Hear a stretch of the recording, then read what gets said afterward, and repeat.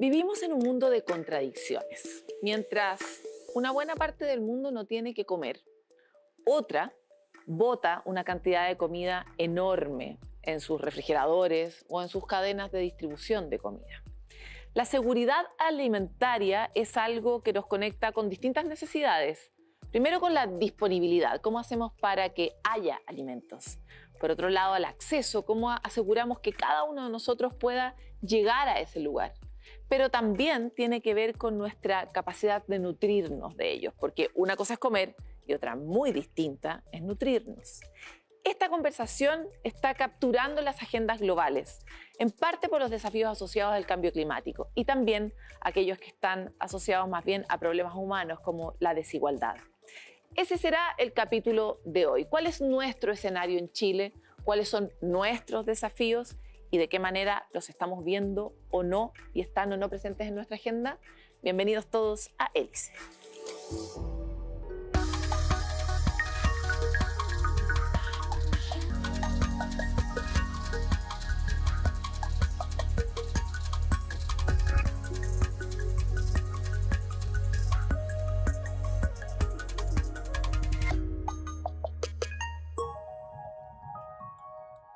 Como planteábamos al inicio, este es un problema complejo. Tiene distintos incentivos, tiene distintas formas de aproximarse y por lo mismo necesita soluciones que también sean complejas y que articulemos colectivamente. Y es por eso que, como siempre, en Hélice tenemos tres grandes invitados para discutir eso. Bienvenidos los tres, gracias por estar en este programa. Y los paso a presentar. Gustavo Enríquez, académico de la Facultad de Agronomía y Sistemas Naturales de la Universidad Católica, bienvenido. Daniela Acuña, subdirectora de la Oficina de Estudios y Políticas Agrarias ODEPA, bienvenida. Hola, gracias. Y María José Vergara, gerente de gestión social de la Red de alimentos, bienvenida. Hola, Paloma, muchas gracias. Este programa aborda un problema de estos tiempos que es un problema grande y que tiene, como decía, distintas formas de comprenderse. Y es por eso que quisiera ver desde dónde miran y para eso los queremos invitar a hacer un juego. En Hélice nosotros les vamos a plantear una especie de nube de conceptos y la idea es que ustedes elijan uno que los interprete, que los llame, que los interpele, que les parezca interesante para poder hablar del problema de la seguridad alimentaria. Y los conceptos son disponibilidad, riesgo, comercio, acceso, vulnerabilidad, logística, cultura, infraestructura. Y quiero partir contigo, Gustavo. Yo veo que falta el punto más clave para mí de seguridad alimentaria para discutir en Chile. Pero tienes que elegir uno de estos, así que habla de los fenicios. Lo voy a decir, que es la obesidad, ¿ya? Entonces, dado lo que está ahí, vulnerabilidad quizás. ¿Por qué la seguridad alimentaria está asociada a la obesidad y por lo tanto a la vulnerabilidad? Bueno, la vulnerabilidad es un tema curioso que tenemos ahora en Chile porque las estadísticas actuales muestran que ha aumentado la inseguridad alimentaria. Hay muchas medidas de inseguridad alimentaria, pero en términos de lo que perciben las personas. Y eso es un tanto sorprendente para un país como Chile, dado el nivel de desarrollo y de bienestar que ha alcanzado. Los últimos indicadores hablan de 18-20% de la población con problemas de acceso a la alimentación. Y eso es vulnerabilidad.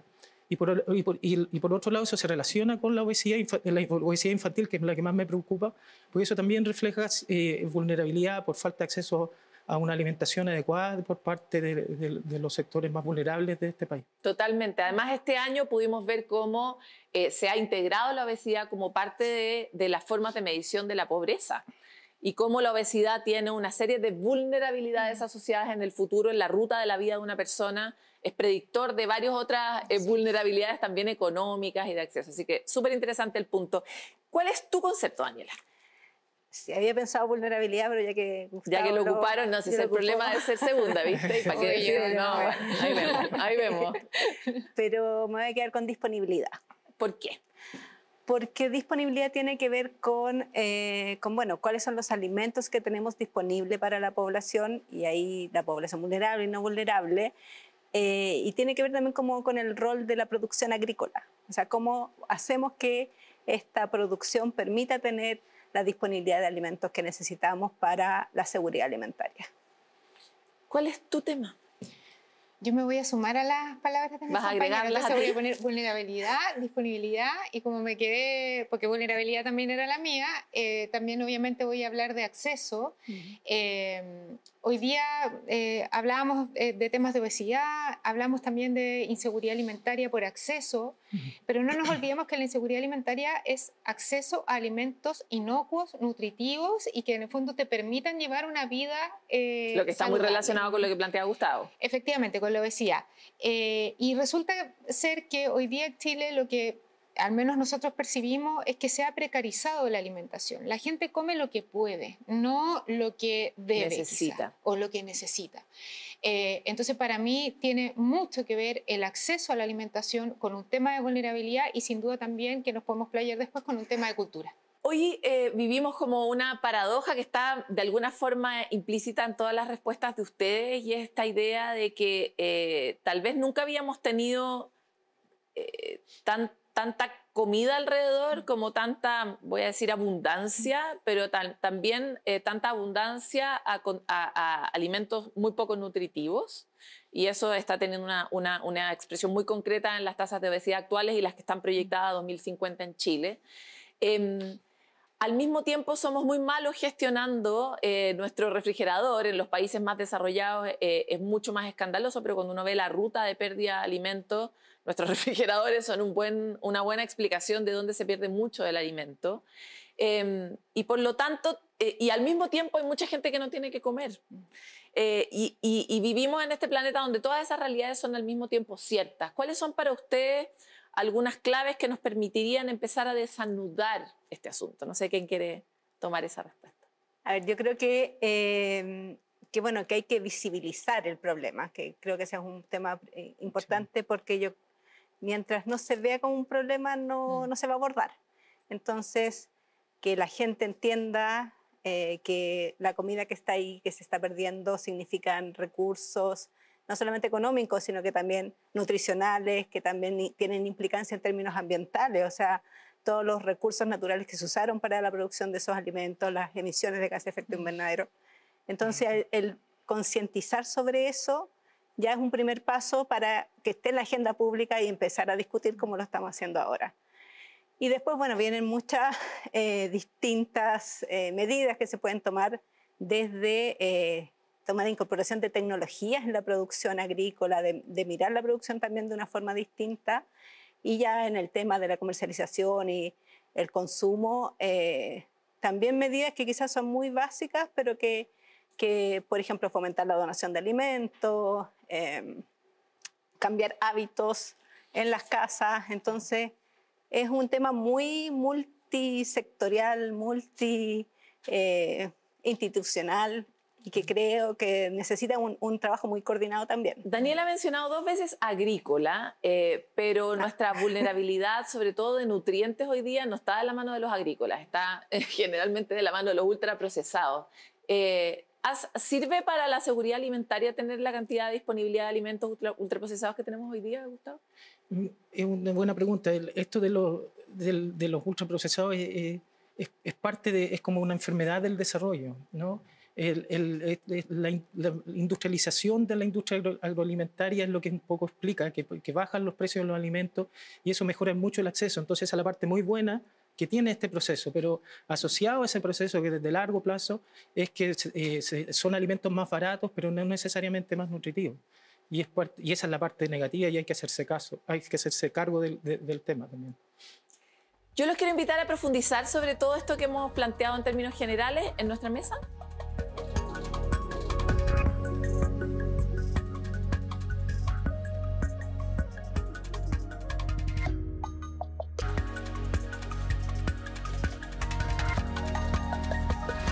Volvemos en el ICE para hablar de este tema apasionante y difícil que es la conversación sobre seguridad alimentaria, y quisiera retomar algunas de las cosas que se dijeron en el primer bloque, aludiendo a otras dimensiones que también son relevantes. Por ejemplo, los efectos climáticos que tiene todo el sistema alimentario, que está muy medido por los científicos en el mundo. Y a eso quiero agregarle, o sea, una cosa muy concreta es que los humanos, para producir nuestros alimentos, generamos muchos gases de efecto invernadero y una enorme huella ecológica sobre el planeta. Otra cosa concreta es que para producir la misma cantidad de alimentos que producíamos eventualmente antes, los recursos ya no están disponibles ni en los mismos lugares ni en las mismas cantidades. Y con recursos me refiero, por ejemplo, al agua. Entonces, Chile, por ejemplo, tiene ya décadas de mega sequía que ha hecho que haya menos disponibilidad de agua, pero además que se produzca un proceso de desertificación territorial que ha hecho que, empujado actividades agrícolas que antes se desarrollaban en una zona, ahora están en otra zona, ¿no? Entonces, la cosa solo se pone un poco más difícil. Y desde ese punto de vista me encantaría saber qué rol juega en la conversación sobre seguridad alimentaria la transformación global que está produciendo el cambio climático. No sé quién quiere partir. Que hay que entender que está pasando un proceso como global muy importante, porque hay 2 países que están creciendo mucho y tienen prácticamente 2/5 de la población mundial, que son India y China. Claro. Ellos, al igual que todas las personas del mundo, necesitan comer. No solo necesitan comer, sino que cuando tienen más plata empiezan a comprar más proteínas. Y ¿cómo se llama? En China son cerdos, y ese cerdo necesita soja, que se produce en Argentina, que se produce en Paraguay, que se produce en Brasil, y termina siendo consumida como cerdo.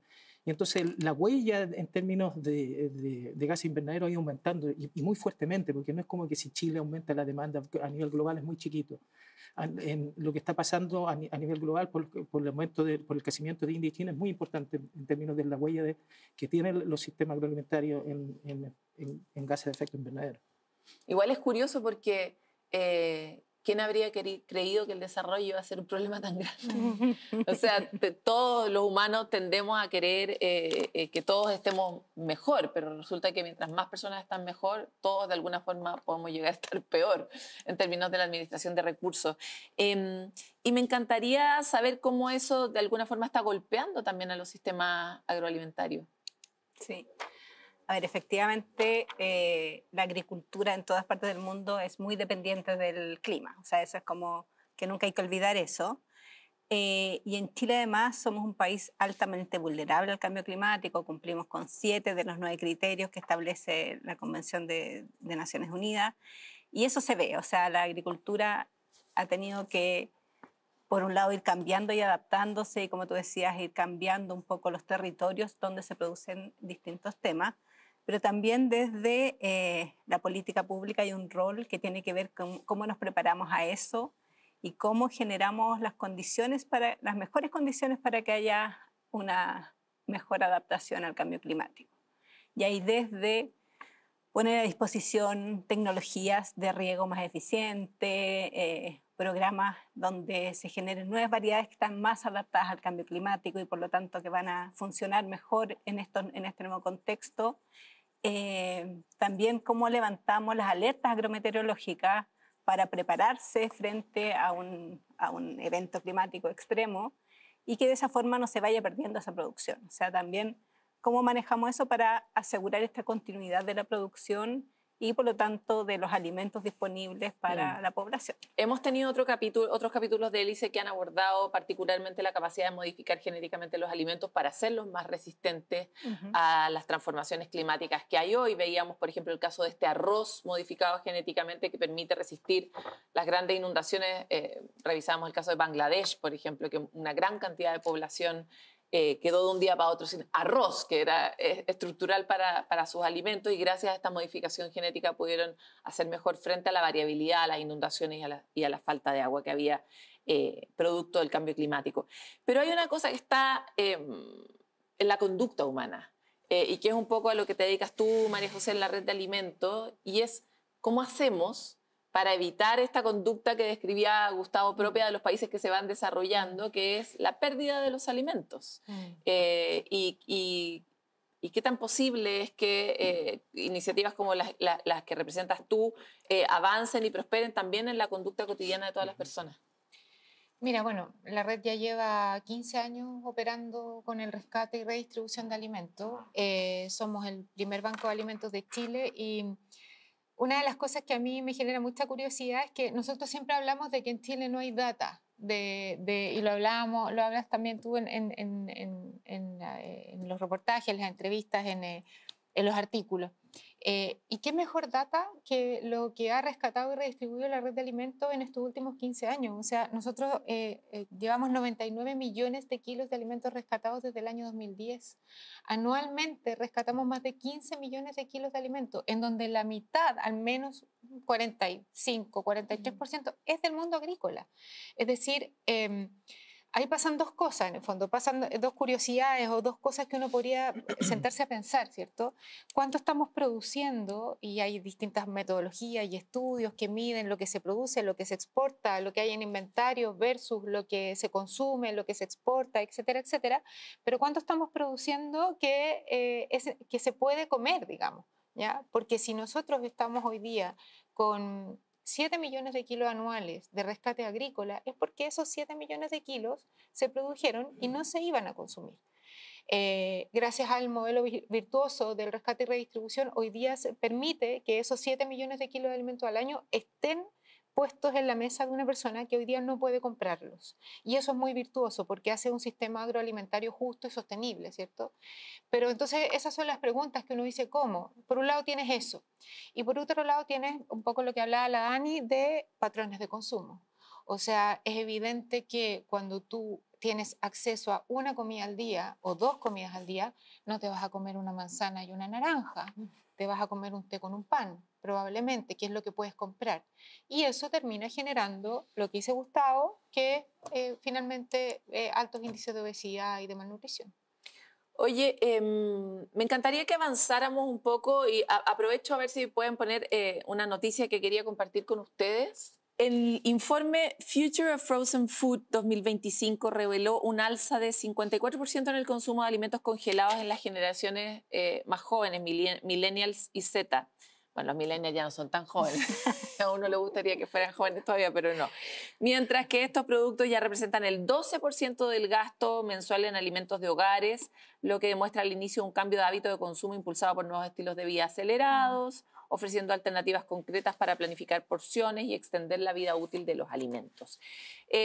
Meto esto a nuestra juguera muy, muy difícil, porque me encantaría saber si esta solución que ha significado, por ejemplo, la red de alimentos en la redistribución de cosas que sí son nutritivas para otras personas, es sensato creer que es escalable. ¿Cuál es el modelo? ¿Con qué incentivos económicos e incluso humanos necesitamos para disminuir la pérdida de alimentos y poder alimentarnos con mayor calidad? Gustavo, Daniela, el que quiera que vaya aquí. Bueno, yo tomaría la noticia, ¿no? Y explicar un poco que no está pasando nada nuevo, es parte del mismo proceso, ¿no? De qué es lo que pasa, que es normal un país como el nuestro se hace cada vez más desarrollado, los salarios son más altos, el costo del tiempo es cada vez más alto. Para ponerlo en términos bien concretos, me acuerdo de mi abuelita que me servía 4 platos, ensalada, sopa. Dios la bendiga, obviamente ya no está acá. ¿Ya? ¿Y qué es lo que significa eso? Que ya no tenemos esas abuelitas que preparan 4 platos. Y cada vez es más caro acceder a alimentos nutritivos. Entonces, ¿qué es lo que se hace cada vez más común? Acceder a alimentos ya preparados. Y entonces eso puede aparecer como noticia, pero es parte del mismo proceso. Es cada vez más caro tener una buena alimentación nutritiva y por eso vemos que aumentan las tasas de obesidad. Preguntaba lo de los incentivos y ¿qué impactos podría tener una política pública, un impuesto, una exención de impuestos en que estas conductas cambiaran. Porque si al final, cuando tú hablas del costo del tiempo y la forma de la vida, hay que alinear los costos con el modelo que nos es más funcional también. Entonces, ¿cómo podríamos diseñar un modelo colectivamente que apuntara a mayor seguridad alimentaria en el amplio sentido de la palabra, también desde la perspectiva nutricional? ¿Sabes qué? Yo separaría como para poder, no sé si están de acuerdo conmigo, pero para poder hablar del tema a escala y no a escala, o qué tiene que ver con un cambio cultural y qué tiene que ver con cambios normativos quizá. Hace súper poquito salió en el Mercurio cómo los cambios normativos que apuntaban a disminuir la obesidad no han tenido ningún efecto. Entonces, ni siquiera la ley de los sellos, porque sí, también... O sea, lo que estuve viendo que no habían tenido como efecto en las tasas de obesidad. Entiendo que los sellos sí han servido para algo, pero he visto distintos... Entonces, yo distinguiría acá entre la pérdida y el desperdicio, que es una distinción medio lateral, pero creo que es oportuna. La pérdida se genera a nivel industrial, por decirlo de alguna manera, ¿ya? Todo lo que tiene que ver con la conducta, entre comillas, de las empresas, la conducta de producción.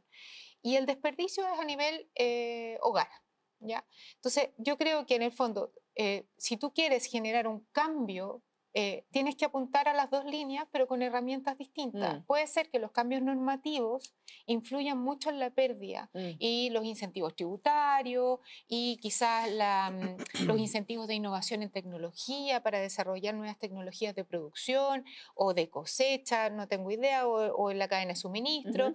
Podrían hacerse muchas cosas en términos como más estatales, por decirlo de alguna manera, y desde el mundo de la academia también creo que sería súper relevante generar más estudios, más información. Para transformar a gran escala. Para transformar a gran escala. Pero a nivel domiciliario, a nivel hogar, es sin duda un tema educacional y un tema también de acceso producto de las inequidades económicas. O sea, hoy día estuve ayer leyendo muy a la rápida, hoy día el ingreso promedio son 800 y tantos mil pesos y la canasta básica son 70 mil pesos. O sea, si una persona trabaja en una casa, 4 canastas básicas ya le llevan el 30% del sueldo y tiene que terminar de pagar arriendo y tiene que pagar transporte y entonces, ¿qué comes con eso? Entonces, por un lado, claro, efectivamente un cambio Por eso cultural. plantea lo de los impuestos, no, voy a decir una tontera, exención de impuestos a los vegetales, no sé, o sea, como, ¿qué se hace para alinear el propósito con las condiciones de borde que tenemos hoy día en Chile? Daniela, Gustavo, no sé qué se les ocurre. Sí. Yo creo que a nivel quizás, obviamente gubernamental, de política pública, por un lado, por temas de seguridad alimentaria, hay programas que han sido exitosos igual, aunque como por ejemplo los programas de alimentación escolar, ¿ya? O sea, como que de repente uno los da por sentados, pero son políticas públicas que son de Estado y que en el fondo tienen un rol muy importante. Y que no son la norma en todo el mundo. Y que no son la norma en todo el mundo. Exacto. Entonces, eso contribuye a la seguridad alimentaria y los chicos que están en esas escuelas muchas veces es la alimentación que tienen. Claro, ojalá se pudiera extrapolar, crecer, no sé, pero ahí hay una política pública que tiene un foco en seguridad alimentaria.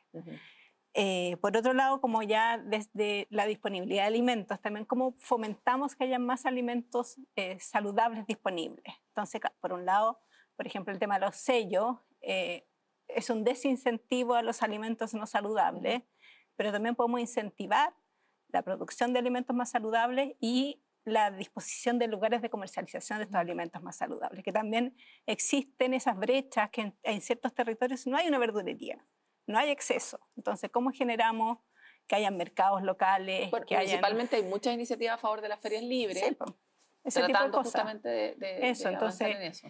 Claro, se trabaja con las ferias libres, nosotros desde el Ministerio de Agricultura se generan estos mercados campesinos, entonces ver cómo también llevar estos alimentos más saludables a la población, además de, bueno, muchas otras medidas que se pueden cortas. hacer. Claro, cadenas cortas. Sí. Gustavo. Sí. No, estoy... Sí, no, pero digo, además, complementa. si se te ocurre otra. Es que lo que pasa es que a mí me gustaría un poco, me pierdo un poco la discusión porque hemos puesto hartas cosas, está como los desafíos de obesidad, nutrición y el desafío de las pérdidas. Entonces yo no sé por cuál agarrarme, pero como por ser consistente con lo que estaba hablando, yo por lo menos me agarro de la obesidad. Y el tema es muy multidimensional. Y entonces estar tratando de buscar balas de plata no tiene sentido. Hay que atacarlo por todos lados. Entonces, por ejemplo, el precio de los alimentos, el acceso a la feria libre, los costos de preservación de los alimentos, etc. Es muy multidimensional. Tener la conciencia, Entonces, en el fondo, es un tema tan complejo que hay que tirar todas las balas, digamos. Hay que atacarlo, hay que jugárselas con todas las balas. De todas maneras. Oye, vamos a hacer una pausa y vamos a volver. Voy a tomar tu pañuelo y vamos a enfocarnos particularmente en la pérdida de alimentos y qué incentivos podrían ayudarnos un poco a disminuir eso y a disponibilizar. Nosotros somos productores de este tipo de productos saludables que estamos mencionando y exportadores. Necesitaremos incentivos para más bien volcar la mirada hacia adentro en vez de estar mirando tanto hacia afuera. Son algunas de las preguntas que dejo acá. Vamos a una pausa y volvemos con más de LC.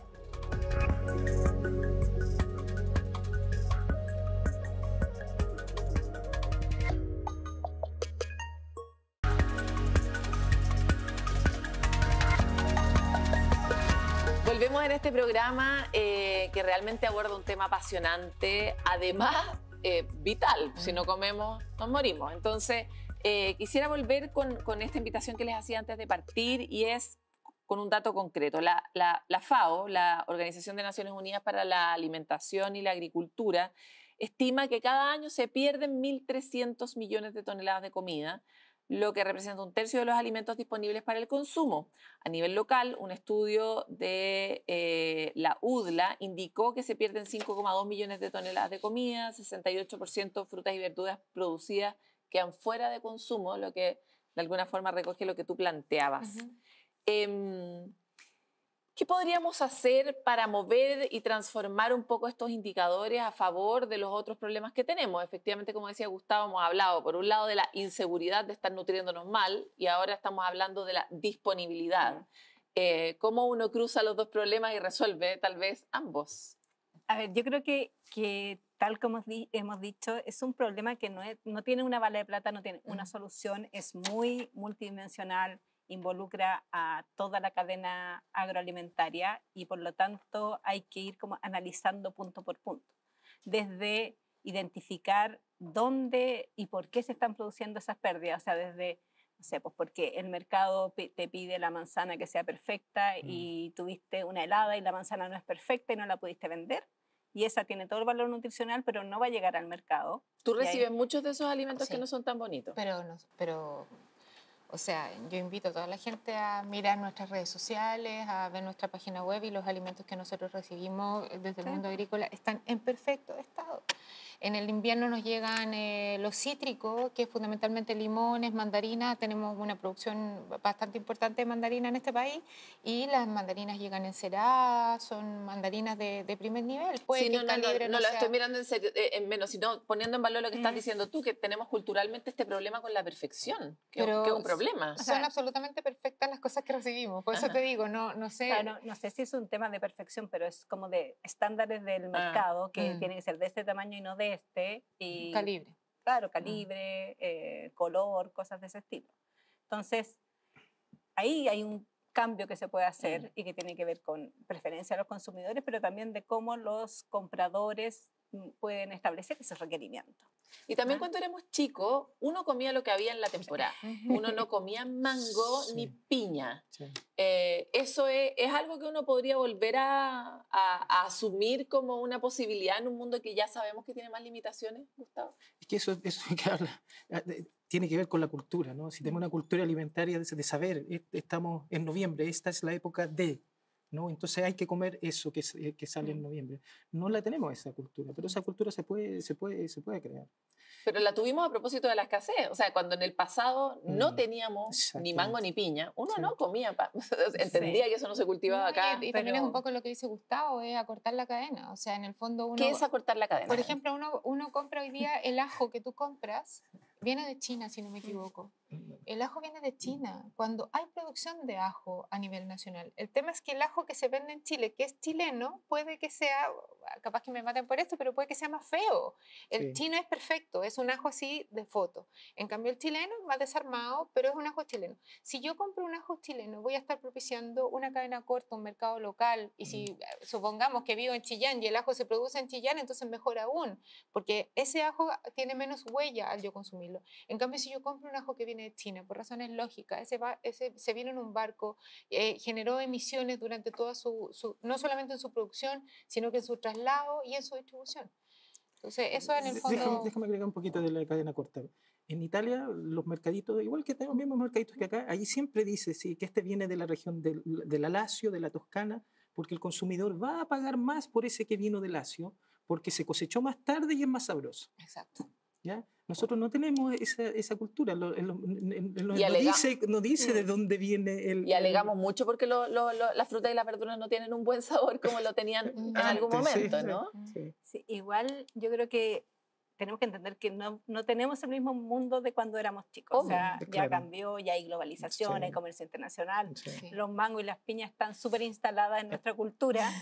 Entonces, hay que ir buscando soluciones por distintos lados. O sea, los circuitos cortos, estupendo, y el darle valor a los productos locales, pero también hay que entender que hay una realidad que ya incorpora estos productos, los mangos, las piñas, y que tenemos que ver, bueno, cómo hacemos ahí en términos de seguridad alimentaria, de sostenibilidad, cómo ir viendo esas condiciones que se pueden ir dando. Ya, pero déjame agregar una colita a lo que estás diciendo, porque efectivamente el mundo ya cambió. Diría que hasta el concepto de globalización ya está medio viejo. Sí, ¿no? o sea, Marcó es viejo. nuestros 2000, ¿ya? Sí, han pasado sus buenas 2 décadas desde entonces. Y hoy día sí sabemos cosas que en esa época no sabíamos. Sabemos del cambio climático, sabemos de las huellas que tienen las cosas, y hoy día también sabemos, porque estamos viviendo eventos y desastres como nunca vivimos antes en el clima, nunca antes, y esto lo dijo Nature, una persona tiene tantos eventos naturales, climáticos extremos como una persona nacida hoy. Entonces, dado que también ya supimos lo que pasaba, también podríamos devolvernos, ¿no? ¿O eso económicamente es imposible? Me lleva al tema del cambio climático y quisiera agregar, porque no participé allí, hay que tener una mirada global y local, ¿ya? Hay que entender que el cambio climático tiene ganadores y perdedores, porque a uno le gusta como enfrentar, que va a quedar la embarrada en el mundo, no. Van a entrar millones de hectáreas en Canadá, en la Unión Soviética, que van a ser cultivables que ahora no lo son, ¿ya? Incluso en Perú se espera que los cambios... Y esos son los ganadores, digamos. Sí, y que aumente la lluvia, pero Chile es perdedor. Todos los modelos climáticos es que va a aumentar las zonas semiáridas van a aumentar hacia el Qué sur. buen punto. Y entonces en vez de, o sea, podemos rezar. Bueno, puede tener su refugio, podemos digamos. tener distintas estrategias, pero yo diría que un tema una estrategia que hay que atacar es la resiliencia y la adaptabilidad. Y eso y hay que hacerlo permanentemente, porque son cambios que no se van a hacer. Y entonces debiera ser del Ministerio de Agricultura uno de los temas, de los tópicos más importantes para enfrentar. Es interesante ver lo de quiénes van a ganar y quiénes van a perder, porque somos buenos para los discursos generalistas. Y en general, los humanos frente a la tecnología somos muy malos para medir los riesgos. Eso también está estudiado, como que en general es como, esto va a resolver todos los problemas del mundo, y después nos enteramos de que igual quedaron varias escobas. El problema es estar en el lugar de los perdedores, sobre todo porque estamos en un superciclo donde nos narramos a los chilenos como los ganadores en la era del cambio climático gracias a nuestra disponibilidad de energía solar, gracias a otras riquezas, ¿no? Pero estas pobrezas no las tenemos tan conscientes a mano, y por lo tanto, me encantaría saber en sus círculos y en sus espacios, desde sus lugares, qué discusiones avanzan sobre darle mayor resistencia a Chile en este contexto. Bueno, desde el punto de vista del rescate y redistribución, nosotros un poco lo conversábamos con Gustavo al principio, o sea, nosotros en el fondo tenemos cuando se disminuyen las pérdidas, no el desperdicio, cuando se disminuyen las pérdidas, los bancos de alimentos... de la gran escala. Claro, las de la gran escala, los bancos de alimentos como que tenemos el rol de la seguridad alimentaria, no el rol medioambiental. Los bancos de alimentos convivimos con esos dos roles, el rol de la seguridad alimentaria, es decir, permitir que las personas tengan acceso, pero también el rol medioambiental de disminuir las pérdidas y alimentos. Entonces, cuando... Espérate, voy a hacerte una mínima explicación, que es que cuando se disminuyen las pérdidas de estos alimentos orgánicos, uno frena la generación de metano, que es este gas que se produce en condiciones anaeróbicas cuando no hay oxígeno, que son muy propios de los basurales y que producen emisiones que calientan la atmósfera a una tasa exagerada, 80%, metano 80 veces más que el CO2, el metano. Es que el metano es el asociado a los orgánicos, por eso quería decir. A los orgánicos, pero piensa que los bancos de alimentos rescatamos no solamente orgánicos, nosotros rescatamos lácteos, proteínas, rescatamos abarrote, alimentos secos, o sea, en el fondo rescatamos de todo. Entonces se genera esta ambivalencia de apuntar a la seguridad alimentaria en el fondo. Y para nosotros, un poco retomando la pregunta que también hiciste al principio, o sea, y lo que comentaba Dani, para nosotros es súper importante que este problema del sistema agroalimentario o del sistema alimentario en general se resuelva desde diversos flancos. Pero hoy día, por ejemplo, hay un tema que es súper relevante y que para nosotros sería de gran ayuda y que favorezca a este equilibrio que generan los bancos de alimentos, que es el tema normativo. Hace varios años ya se hizo una reforma tributaria y hoy día esa reforma tributaria que permite, en el fondo, facilitar, que genera elementos facilitadores. ¿Cómo cuáles? Ayúdame. Básicamente que las empresas en el fondo que quieran botar alimentos tengan que acreditar que no lo pudieron donar antes de eliminarlo, ¿ya? O de rescatarlo o de entregarlo. Eso hoy día, por ejemplo, todavía no se aplica. No hay un reglamento que recoja el espíritu de la ley completo porque hay reglamentos más acotados, no hay fiscalización, entiendo, y ahí quizá la Dani nos puede hablar un poquito más, pero entiendo que desde el punto de vista público no hay capacidad tampoco de fiscalización de algo así. así. Entonces finalmente... Pero eso movería la aguja. Movería la obvio aguja. que sí. Y como la movió el año 2010, y no nos olvidemos que hasta la creación de Red de Alimentos no había un incentivo tributario, no existía nada Es como que una ley REP. permitiera... Exactamente. Es como una ley REP para O sea, los alimentos. yo creo que ahí el tema normativo sí es muy potente. ¿Qué opinan ustedes? ¿Otra cosa más que nos proteja de la debacle? Sí, yo creo que en términos como institucionales, como de gobernanza pública, igual tenemos una ley de cambio climático que no todos los países la tienen tampoco y que nos hace que, por lo menos desde la institucional pública, el tema del cambio climático, de la adaptación y la mitigación esté instalada en las agendas y que todos los ministerios tienen que trabajar en esta línea y que está en esta obligatoriedad de tener planes sectoriales de adaptación y mitigación para 8 ministerios, creo que son, incluido agricultura. Entonces eso hace que haya un esfuerzo de política pública para la debacle, o sea, para evitar la debacle. Yeah. Importante. Oye, les quiero contar el caso de, volviendo a la cadena corta, ¿no? La Fundación Huertas Comunitarias, que está en distintos barrios, colegios, centros sociales desde 2016 y ha logrado beneficiar a 4.000 familias, sembrando 25.000 plantas, generando miles de porciones desde las cosechas. Tienen 3 ejes centrados en los huertos escolares, urbanos y terapéuticos y busca mejorar la calidad de vida de las personas. Lo pienso también como nos pasa a los ciudadanos cuando escuchamos esto, que las ganas de quedarse sentado en el sillón son infinitas, porque es tan grande el problema, está tan fuera de cambiar la ley, modificar, hacer el reglamento y tantas otras cosas más a nivel global que ustedes mismos han mencionado, que da la impresión de que no tenemos capacidad de movernos. Pero hay cosas muy concretas, pequeñas, que se podrían hacer a escala de los desperdicios, que sí podrían transformar nuestra cultura. ¿Cómo ven ustedes que ahí se pueden poner incentivos o mover las agujas?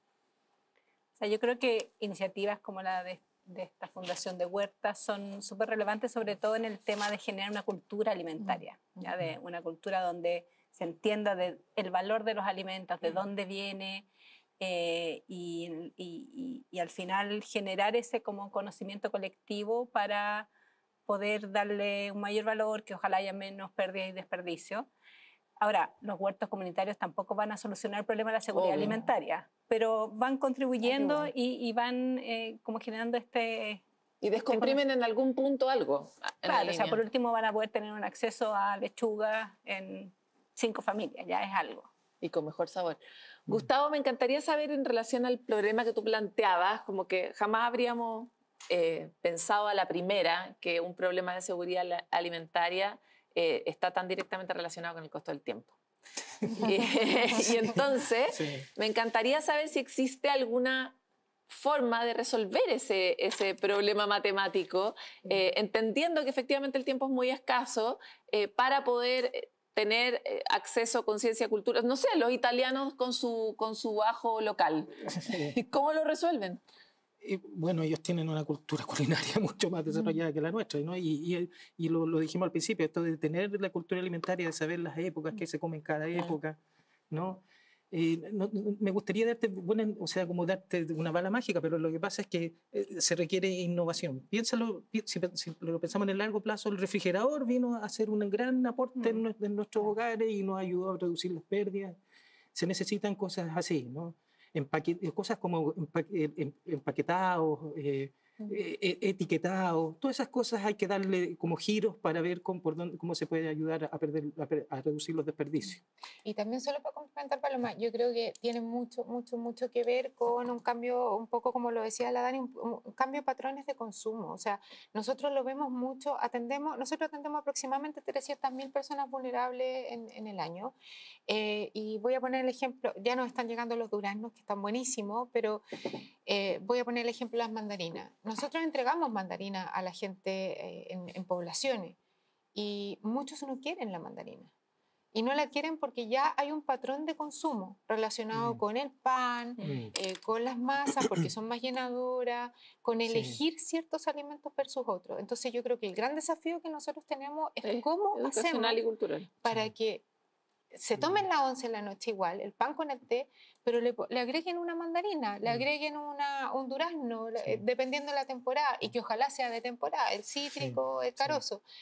Yo creo que ahí hay un desafío relevante. ¿Cómo hacemos para que la gente absorba y sepa que es saludable comerse el durazno y que no significa que no coman pan? Saludable y necesario, ¿no? Porque hoy día estamos viendo toda la estela que tiene ese patrón de consumo.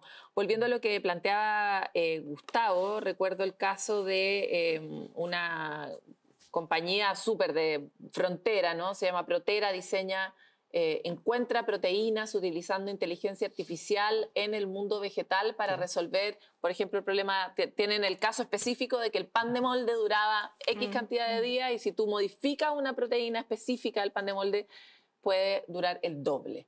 El problema es que la necesidad con la innovación van a una velocidad distinta, y la brecha que queda en el medio es lo que estamos tratando de abordar en esa ruta.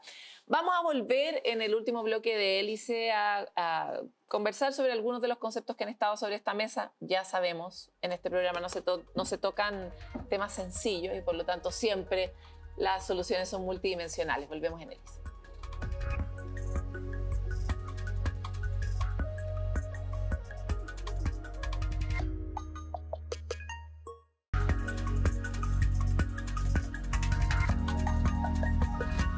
Volvemos en el último bloque de Hélice y sentimos que igual hemos avanzado poco porque es que el problema es tan grande. De hecho, yo quisiera retomar una conversación que estábamos teniendo en la pausa, y es que definamos qué es para Chile, desde los lentes y la realidad de Chile, la inseguridad alimentaria. Porque aparentemente no tiene que ver con la disponibilidad de alimentos. ¿Con qué sí tiene que ver hoy, Gustavo? Expliquemos un poco. La seguridad alimentaria tiene como tres partes, ¿no? Uno es que haya disponibilidad de alimentos, otra que haya acceso a los alimentos y que esos alimentos sean nutritivos e inocuos, ¿ya?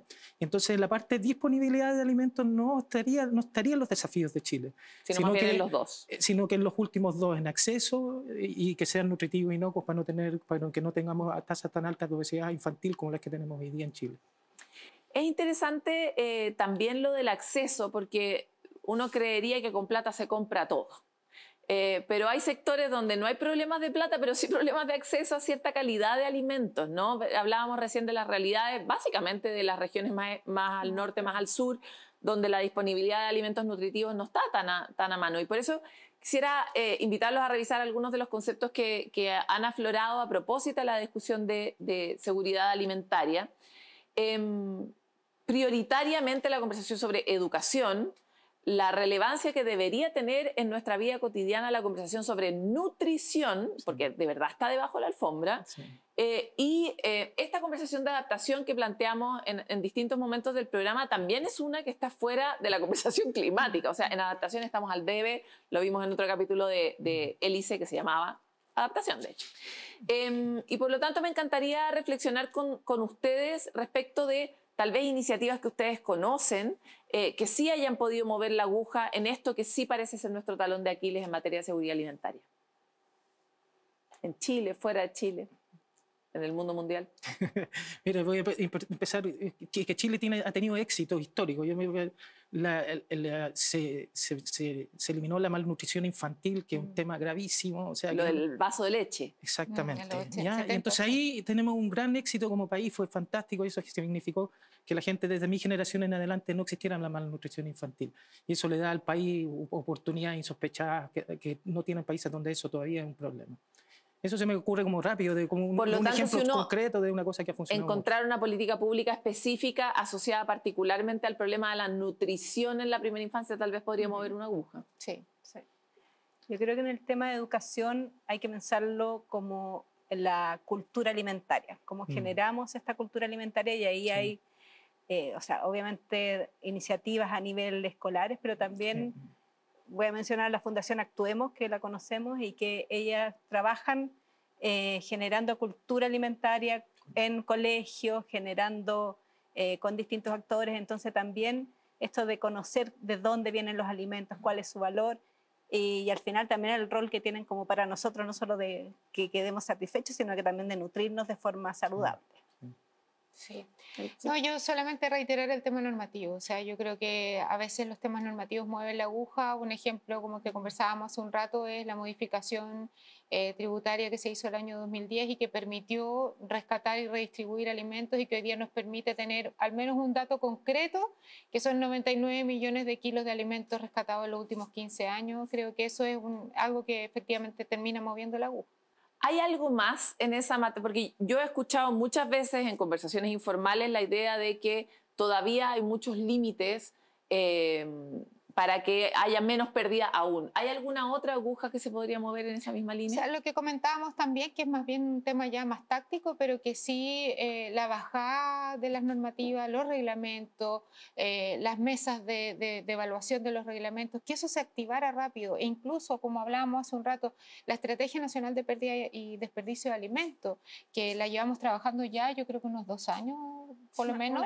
Un año trabajando la Estrategia Nacional de Pérdida y Desperdicio de Alimentos, que ya está a puertas de suscribirse, de firmarse y de instalarse como una política pública. Creo que eso evidentemente puede mover la aguja, porque eso baja en políticas públicas concretas, acelerar un poquito el paso, que propician en el fondo el rescate, la redistribución o evitar finalmente la pérdida. Está esta política pública de los sellos que ha tenido impactos en la generación como de conciencia respecto del daño.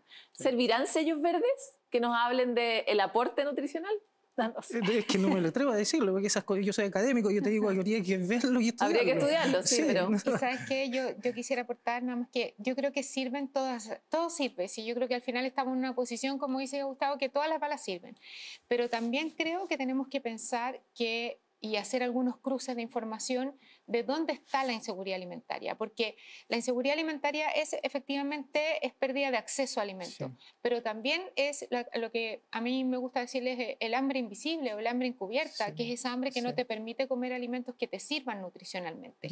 Y yo creo que hay un segmento importante de la población, que es las personas que hoy día ganan, por ejemplo, el ingreso medio, que no pueden alimentarse de otra manera. Entonces, si tú le pones un sello verde, un sello rojo o un sello azul, da lo mismo. Sí. ¿Gustavo? Sí, que ahí me gustaría agregar un poco más, porque lo dije al principio del programa.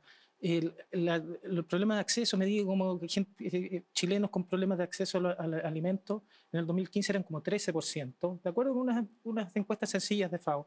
Y ahora, hacia el 2023, pasado la pandemia, sí, estaba en torno al 19%. Entonces, eso no puede estar debajo de la alfombra, hay que entender qué está pasando ahí. Probablemente los programas públicos no están bien, han perdido capacidad de focalización, no lo sé, no me atrevería a decir, pero es un problema que uno no se puede tapar los ojos frente a eso. 3 millones de personas. Sí. Vamos a dejar instalada esa pregunta, pero los quiero invitar a un último ejercicio que es la marca de Hélice. El objetivo de invitar a personas de la academia, personas del mundo público y personas del mundo privado es que interactúen y generen soluciones. Por lo tanto, pensando que ustedes en realidad representan esos lugares de la constitución social, ¿qué pedirían desde la academia, desde el mundo público, desde el mundo privado a los otros para que se mueva la hélice y para que avancemos en la solución de estos problemas? ¿Quién quiere partir? ¿Parto yo? Sí, no hay engaño. Bueno, yo pediría al mundo público fundamentalmente propiciar incentivos, acelerar tramitaciones legislativas, acelerar gestión de políticas públicas, ejecutar estrategias. Tenemos la Estrategia Nacional también de Seguridad y Soberanía Alimentaria, que esa ya existe hace rato. Ejecutarla, concretarla, medirla, creo que eso es fundamental. Evidentemente a los privados generar un compromiso, tú lo decías muy bien, no todo tiene que ver con la eficiencia económica, también hay otros tipos de eficiencia, el impacto social que genera el no botar un alimento. Y creo que ahí tiene que haber un compromiso desde el punto de vista de la sostenibilidad, del impacto, y de lo que proyecta ese privado en la sociedad, el compromiso que puede tener. Yo creo que ahí hay dos grandes actores que podrían generar compromisos importantes. Sí, yo creo que bueno, con la sociedad civil y el mundo privado, el poder trabajar colaborativamente, ir construyendo como soluciones conjuntas que nos permitan, desde la lógica del sector público y con todas las limitantes que tenemos, avanzar, pero en un trabajo colaborativo. Y con la academia creo que tenemos que fortalecer los vínculos y toda la información, la investigación que se desarrolla, que de alguna forma podamos ir usándolo también para la elaboración de propuestas de política pública. Creo que nos falta ahí un vínculo como para, por ejemplo, esto de cómo abordamos el tema del tiempo en relación a los desperdicios de alimentos, sí. Y eso se puede plasmar en algún tipo de política pública. ¿Listo? Yo quisiera poner el énfasis en los niños, ¿ya? Porque me preocupa el tema de la obesidad infantil, porque eso tiene muchos costos para las personas y para el país. Y entonces no quisiera decir, oh, está todo mal porque el país ha hecho muchas cosas y se ha avanzado, pero hay mucho más todavía por hacer. Se van a acordar los sellos, se van a acordar de que no pueden vender dulces afuera de los colegios, que ya no pueden hacer comerciales en la tele con monitos que hacen comer ultraprocesados. O sea, se han hecho muchas cosas, pero todavía hay que hacer mucho más. Yo pondría, y no quiero sonar como pontificando, pero se me ocurren algunas, ¿no? Porque no las sé todas las cosas que hay que hacer, pero por ejemplo, devolver la educación física en el colegio me parece una buena idea, y de lo que hemos hablado hoy día, de educación en nutrición, debiera ser parte más sólida en el currículum educacional. Les quiero agradecer a los tres por haber participado de este programa y que ojalá que de aquí surjan reuniones e intercambios que son... A ti ya te dejaron la petición clara, Gustavo, así que hay que ponerse a trabajar. La idea es que estas instancias modelen el diálogo público, pero también ofrezcan alternativas y caminos para soluciones a temas complejos. Muchas gracias por estar aquí. Muchas gracias. Muchas gracias. A todos ustedes igual les quedó un poncho, que nos lo tenemos que poner humanamente a escala individual, uno que tiene que ver con la educación de nuestra propia, o la reeducación de nuestra propia familia, la revisión o la pregunta en torno a nuestras propias conductas, y definitivamente las exigencias que podemos hacer a los sistemas de los que participamos. ¿Cómo se aborda el problema de la alimentación en los colegios en los que están nuestros hijos, por ejemplo? ¿Sabemos si se están nutriendo bien o no? Si hay buenas decisiones tomadas y de qué manera, por ejemplo, se incorporan estos elementos que hemos planteado. El rol de los ciudadanos sigue siendo uno muy relevante, y es por eso que es tan importante estar informado y participar de estas discusiones. Gracias por estar en Hélice y nos encontramos en el siguiente capítulo.